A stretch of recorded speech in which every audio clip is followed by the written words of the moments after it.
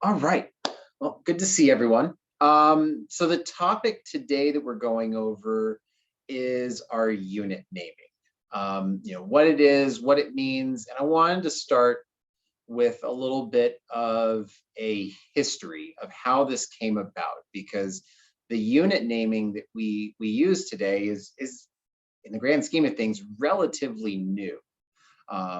It first got rolled out of any kind of fashion back in um, like 2016 was the first time that it was conceived.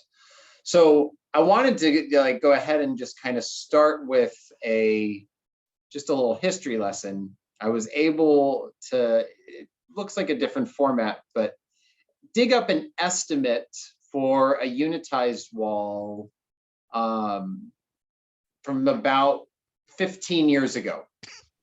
So this was from 2007 on a project called Aerospace Corporation down in SoCal. And wanted to show you how the estimate for the shop was broken up for the unit wall. So, and for those of you that are in estimating now and have only been estimating for the last couple of years on a new fashion, you're going to see this and hopefully be like, I'm glad that I don't do it like that anymore. But it literally, so this is a relatively, actually, I think I have a photo. This is the building that this estimate was based on. It was just a very, very straightforward curtain wall going around.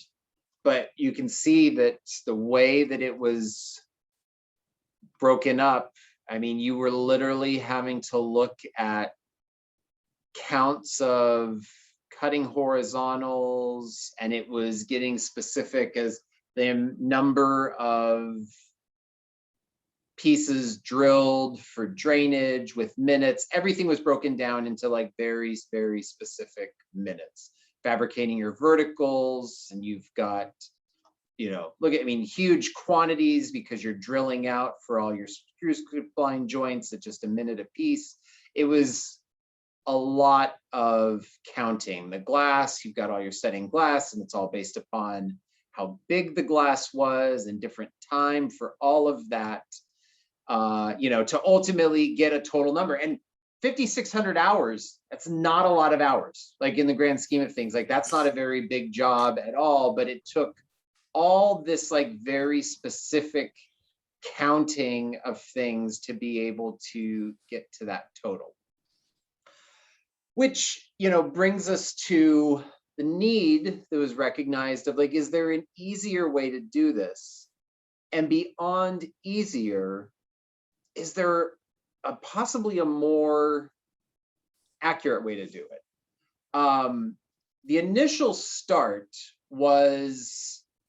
came from the shop, and it really had nothing to do with the estimating. We picked up the estimating later, but if you were in the shop, so let's say that you were Chris Green up in Fremont or your Bentley down in Laverne, and someone handed you this estimate, and you're looking at this estimate, like you can't tell what you're building, right? I mean, you're looking at this and it's like, it's just a bunch of numbers. There's nothing in here that we're looking at that really gives you a sense of, I mean, the closest we have is like this item right here. I know that there's 444 units, but beyond that, there's nothing in here to really give me a sense of what the units are.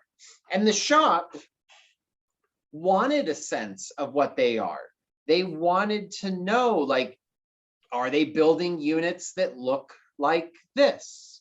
Or are they building units that look like this, right? That's what they wanted to know, because as Chris is going or Bentley is going to build out their lines and figure manpower and everything else, they wanted to have a better sense of what they were building.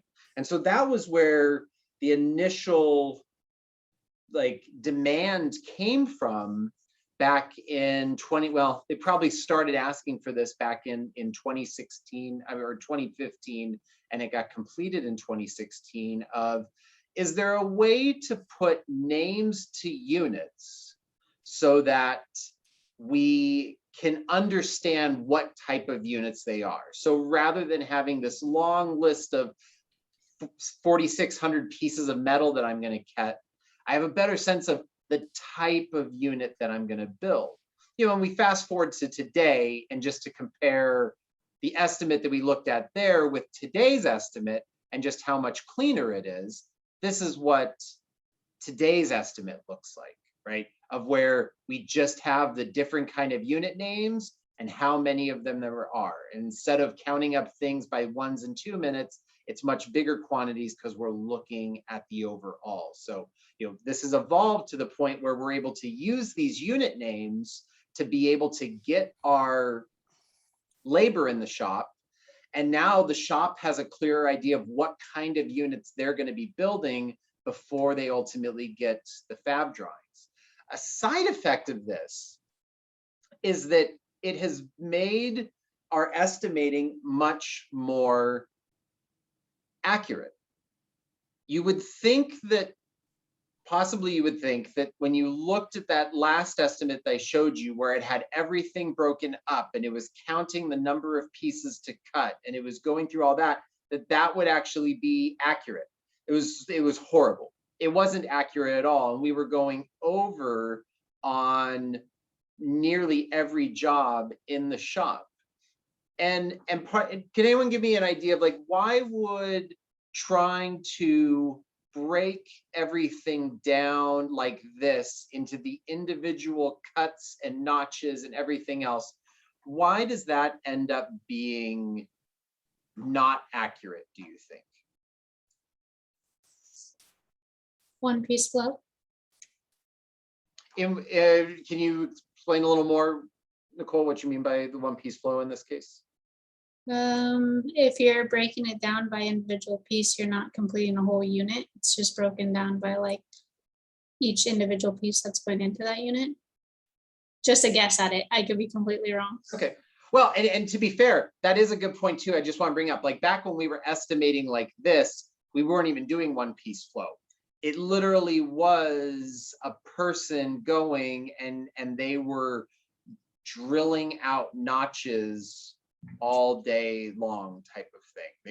They were actually like, we were haystacking, we were batching, like you'd literally fabricate all your horizontals for the whole job and you would have it. I have so one that, other guess if nobody else did. what? I had one other guess if nobody else did. Have a guess. Does anyone else want to make a guess before Nicole goes again? They want No. you to go. They want you to go. No, I want to see if anybody else has a guess. Is it because it doesn't account for the time it takes to walk it to and from the rack after you drill said holes? Yes. Yes. Yes. That is one very specific example of many things that, yes, didn't get accounted for in here. Some of you have heard me say the shop and field are the worst estimators. And this is a reality of it. These times that were listed here often came from the shop, that the shop said, how long does it take to cut an extrusion? Yeah, it takes 3 minutes. And you know what? Maybe that 3 minutes counted that time to walk it, or it should have, but it didn't account for a lot of the other things that also happen throughout the day. It didn't account for when the machine would get clogged up and you needed to unclog it. It didn't account for needing to go and get that vertical, the extrusion, out of the bundle and actually put it on the saw necessarily. There'd be some unload and stuff like that in here and distributing, but it didn't account for those things. A really good example, I mean, for the estimators that are reading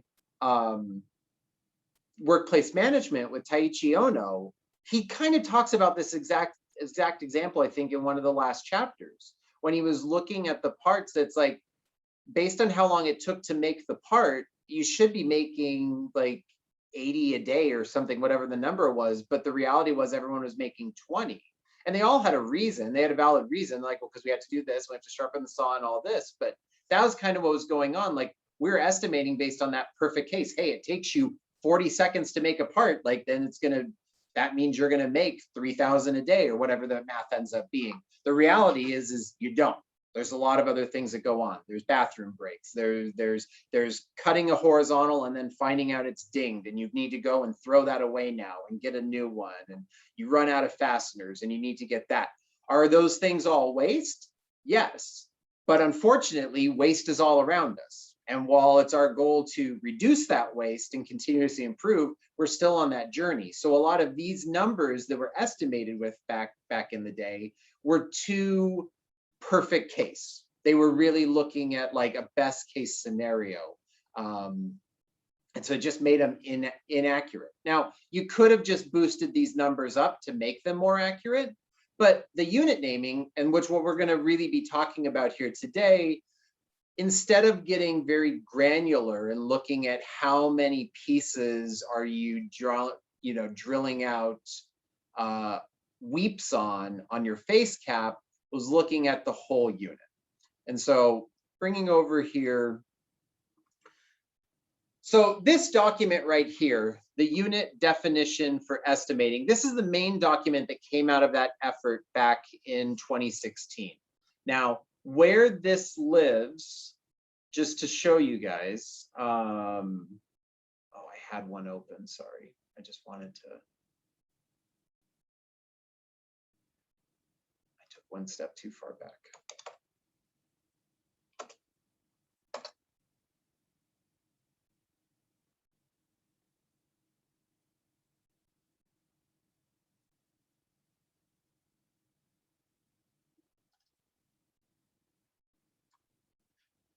So in the K drive, in any job, so the actual K drive on the server, so this we're looking at 405 industrial, within pre-contract, the checklist folder has the unit definitions for estimating. So that's where it lives. So every project has one of these, and it's just a standard form. It is something that can be moved over to Teams in our K drive on there, and I think we will, rather than having it live here. But this is where this document, the main document we're going to look at today, where it lives. So unit definitions for estimating. So remember, this came around from the idea of Chris Green going, I just want to know what kind of units I'm building.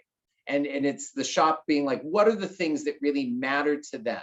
Well, the first thing that matters to the shop is whether or not is more or less a size of a unit. Is it a standard size or is it an oversized unit? And then is it a custom unit? So a standard unit has a maximum size to it. It is no more than 7 feet wide by 16 feet tall, right? It is no more, I say it again, if I have a unit, cannot be wider than 7 feet, cannot be taller than 16 feet, and it can only have 4 lights of glass in it. It can only have 4 breakups of glass or panels and nothing else about it. That's what makes it just a standard unit. And a lot of our curtain walls are standard units. I mean, they're just a 2-light unit, right? It's got a piece of vision glass, piece of spandrel glass, nothing else on it. It's not oversized, it's not custom. Now, what's a custom unit?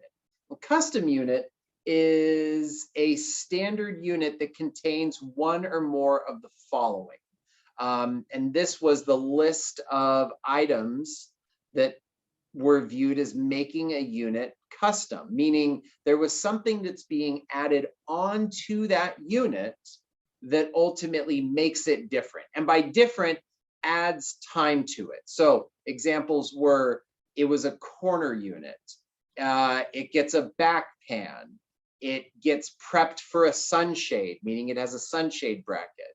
The unit's going to be a flyby unit, contains a louver, has an intermediate vertical, contains steel reinforcing, operable window, is going to have a door in it, pop-out panels exceeding 6 inches. The unit's not a rectangle, right? So it's not square. It's either raked or radius, notched or stepped. a unit that contains stone or GFRC. It's also custom if it's not W75. So if it's a custom system, that makes it also a custom unit, or if it contains BIPV. Those were the definitions that they looked at, the things that most commonly take place with a unit, the types of things that can be added onto a unit that would turn a unit from being standard into custom. So when we say a standard unit, all we mean is that it doesn't have any of these attributes added onto it. It's not a corner, it doesn't have a back pan, it doesn't have any of these things, and it's within that size maximum. Now, oversize is anything greater than 7 feet or taller than 16 feet, or exceeds 4 lights in the unit itself. And oversized can be custom as well, meaning if I have an oversized unit that is, let's say it's 7 feet wide by 18 feet tall, so it's oversized, but it also has a sunshade bracket, it's still called oversized, right? It just now is also custom. So the first thing we have about units is figuring out what it is. Is it standard, custom, or oversized? Blowing this up here. This information then turns into, let's back down in size 1, the unit name we have. So we see a lot of times things like this, an S3-OA, or even going back to that estimate that we were just looking at here when we look at the opening schedule, we could see C4-1, C1-1. These are all of the unit names. These are the types of units. We can see we have a lot of standard units on this one as well. So what that name really means, we always use the same format here. The first letter is the type of unit. This first letter in the name of a unit is going to be one of these 3 letters. It's either S for standard, C for custom, or O for oversized, right? So your unit name always has to start with one of these 3 letters. The next that comes in is the number of lights. Now, a light doesn't just have to be a light of glass. A light is basically anything breaking up that unit. So that could be, you've got a glazed in panel. That could be, there's a louver installed into that unit.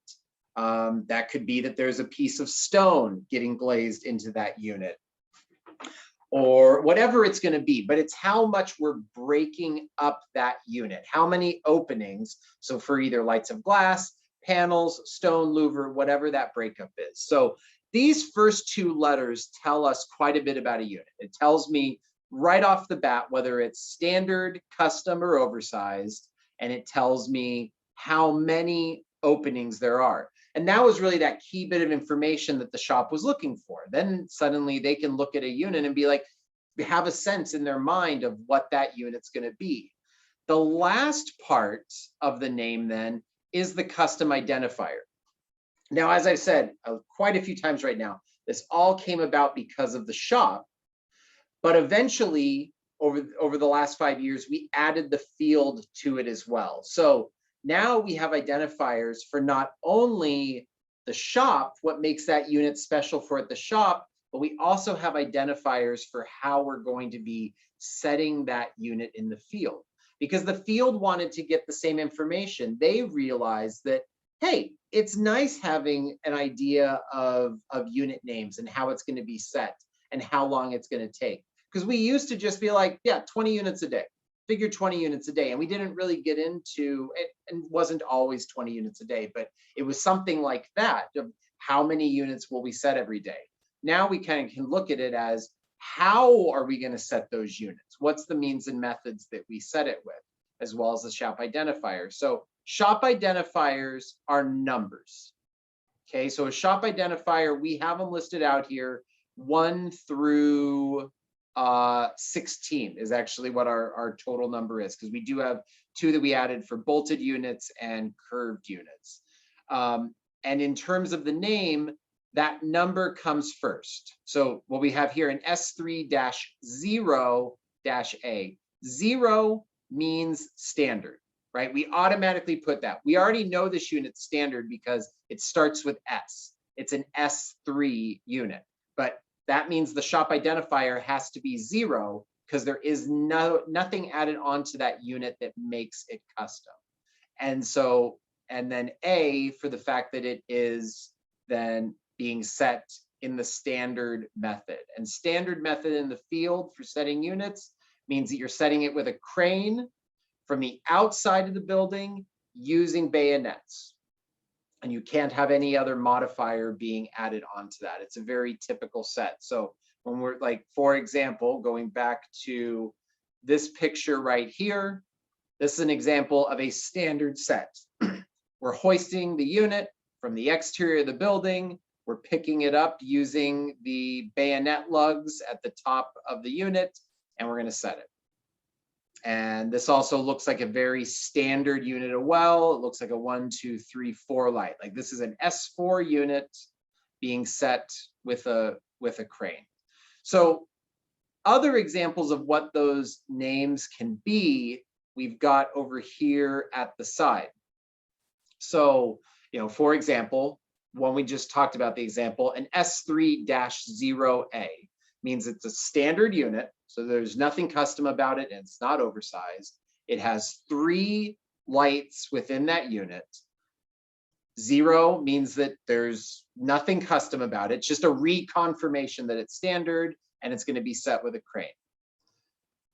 C4-3333C. So it's a C4 unit, means it's custom, and it's got 4 lights of glass in it. Why is it custom? These 3s tell us why it's custom. And the number 3, if we just zoom in a little bit here so it's easier to read for everyone, a 3 means a sunshade bracket. How many sunshade brackets does this unit have?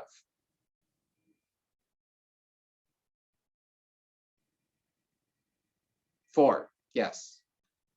So we've got the number of times that occurs is how many times it happens. So this is one of the features with the names, like just because it has sunshade brackets doesn't mean it gets that attribute just once.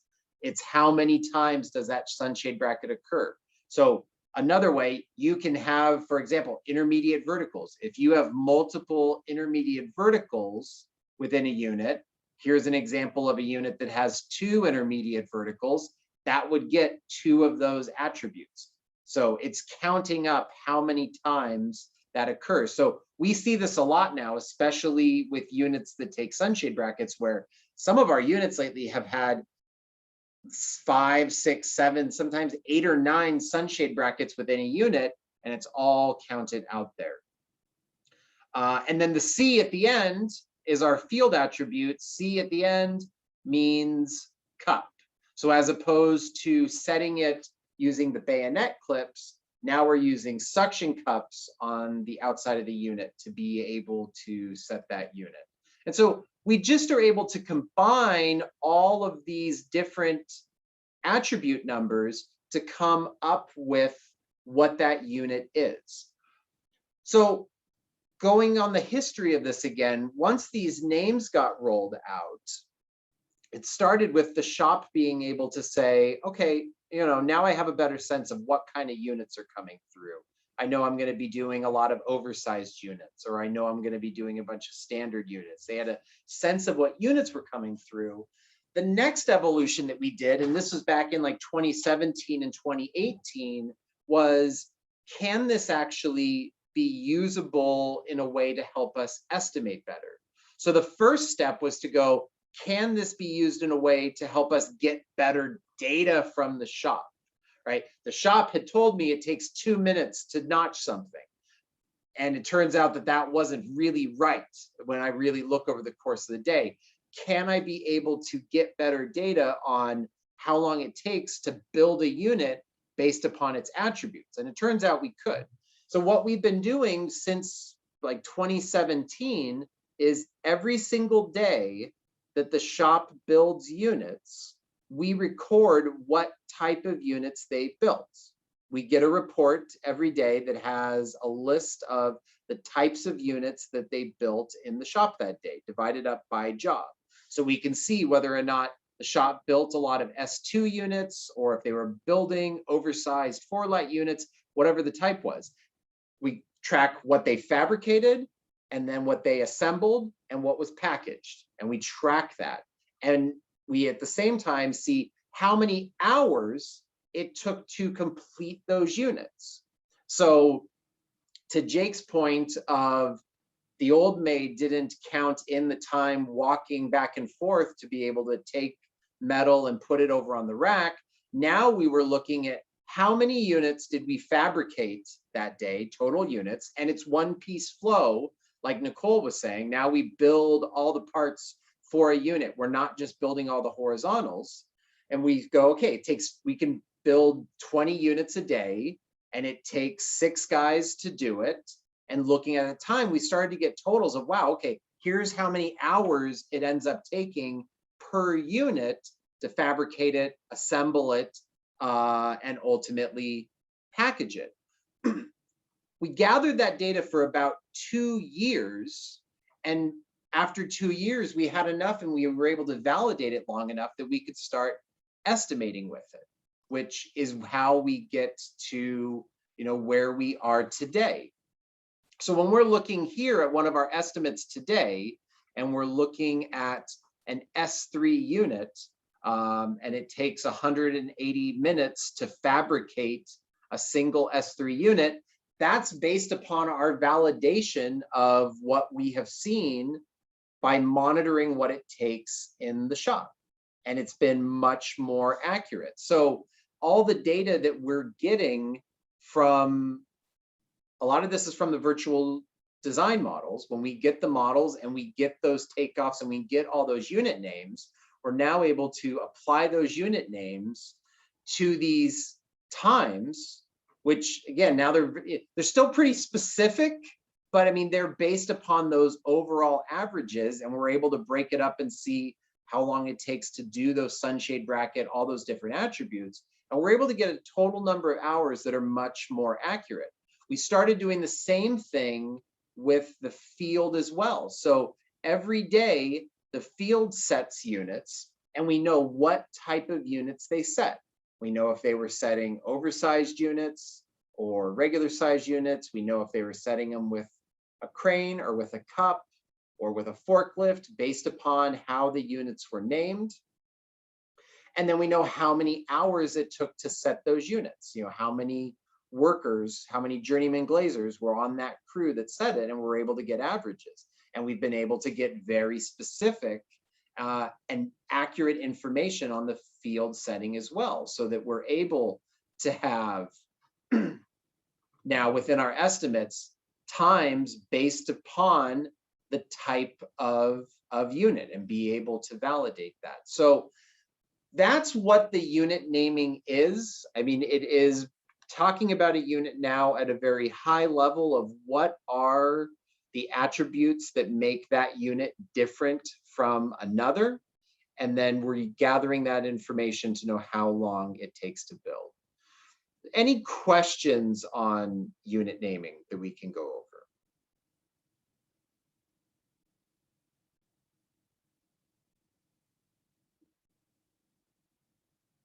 Nothing? Okay. I'll ask, is a door attribute, is that a hassle for the field? So a door attribute, some shop attributes add time in the field automatically. So let's take a look at that as an example. So we're looking right now at the estimating template, and we're within the field, right? So we can see how many minutes you get for both standard units and custom units. The fact that a unit is standard or custom, they all get 96 minutes, right? Just that base level. Some custom attributes will add time in the field. So when we go down here to our attributes, as an example, looking at the ones that add time, corners. A corner unit adds 60 minutes in the field. So you're getting an extra 60 minutes setting time for every corner unit that you have. To your specific point, doors, the fact that a unit has a door opening automatically gives it an extra 60 minutes. So is it a hassle? Yes, but you don't need to add another hassle to it. The fact that it's been named as having a door in it is including the time that is needed. Now, if you have something else going on with that unit that's going to make it even tougher, then you would add another H to it. Let's talk about that one for just a minute, the hassle, right? Because everything else is like really specific, where we've talked about corners and jams and doors and BIPV, you know, and then when we look over on the shop side, you know, operables, I mean, they're very, very defined specific things. And then all of a sudden in the field attributes, we get to hassle, okay?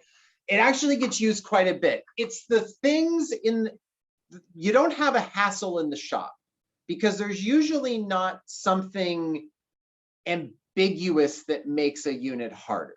I can usually be able to define what it is that is making a unit harder. I'm able to define the fact that it's harder because it has sunshade brackets, or it's harder because it has a louver. It's harder because it's bigger. In the field, there are things that we run into in the field in the ability to set a unit that can make them harder, that if you had to list them all out by name, you'd have 30 different names. But I mean, just asking you guys, I mean, what are some examples of things that you could think of in the field that would make a unit a hassle, meaning that it's harder to install that unit that's not defined by one of these other attributes? I'm looking at one right now. What's I that? have a column in front of this unit and I don't know how they're going to install it. It's not enough room. Perfect. That's exactly right. That's the easiest one to look for. I mean, and you should be looking for those things in time on the field. Columns. Columns can make it very hard to install a unit, especially if we're installing that unit from the inside. They're not so bad when you're able to set a unit from the outside, but when you're trying to install that unit from the inside of the building and there's a column right in front of the exterior wall that they have to work around, it makes it a lot harder. It's usually not impossible, but it makes it a lot harder, hard enough that we can add an hour for it. We have some jobs that they will, we call them triple H's. They'll go ahead and put 3 H's on a unit because, you know, to Yana's point, maybe on her job, not only is there units that have a column in front of it, but that column happens to also be right by a stairwell. So there's no floor for the guys to stand on. So we need to install a unit up in space where you can't even like get a guy to stand there, and we need to bring in all these other pieces of equipment to do it. So we get these cases where you can get units in the field that are, you know, a huge hassle to be able to install it. Maybe it is, we just did ones down here in SoCal. We were within like 15 feet of high voltage power lines. And so there was all these special safety precautions that had to be taken, and they had to constantly be watching and looking where the equipment was. It went very, very slow. Those were like quadruple H units, but it's recognizing things like that. Columns, X bracing, holes in the ground, places where we're not able to reach very well and we need to fly the units over the entire building, or we're setting them from inside the building and there's a beam running in the way, or any number of things. This is where it's always good, I mean, from an estimating standpoint, to be able to, you know, work with the field and see, do they recognize there is anything that is tough? But at the same time, it's important for everyone here. And Yana, I think it's great that you're bringing up that you're seeing units, you're like, I don't know how they're going to set them. Everyone should speak up when they see things like that. So, you know, anyone in the virtual design team, as you're drawing this out and seeing it, if you see things that are in the way, be it columns or bracing or stairs or whatever, to bring that up so that we can look at, okay, how are we actually going to set that, and see how much more of a hassle is that going to be so we can get it named appropriately. Any other questions?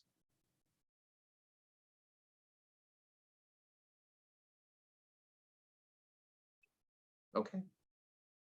We'll wrap up now. I know a lot of you have seen this stuff before, and this is just review, but wanted to go over it for anyone that is newer and hasn't gone or just wanted that refresher. If you have any questions about these things, definitely let me know.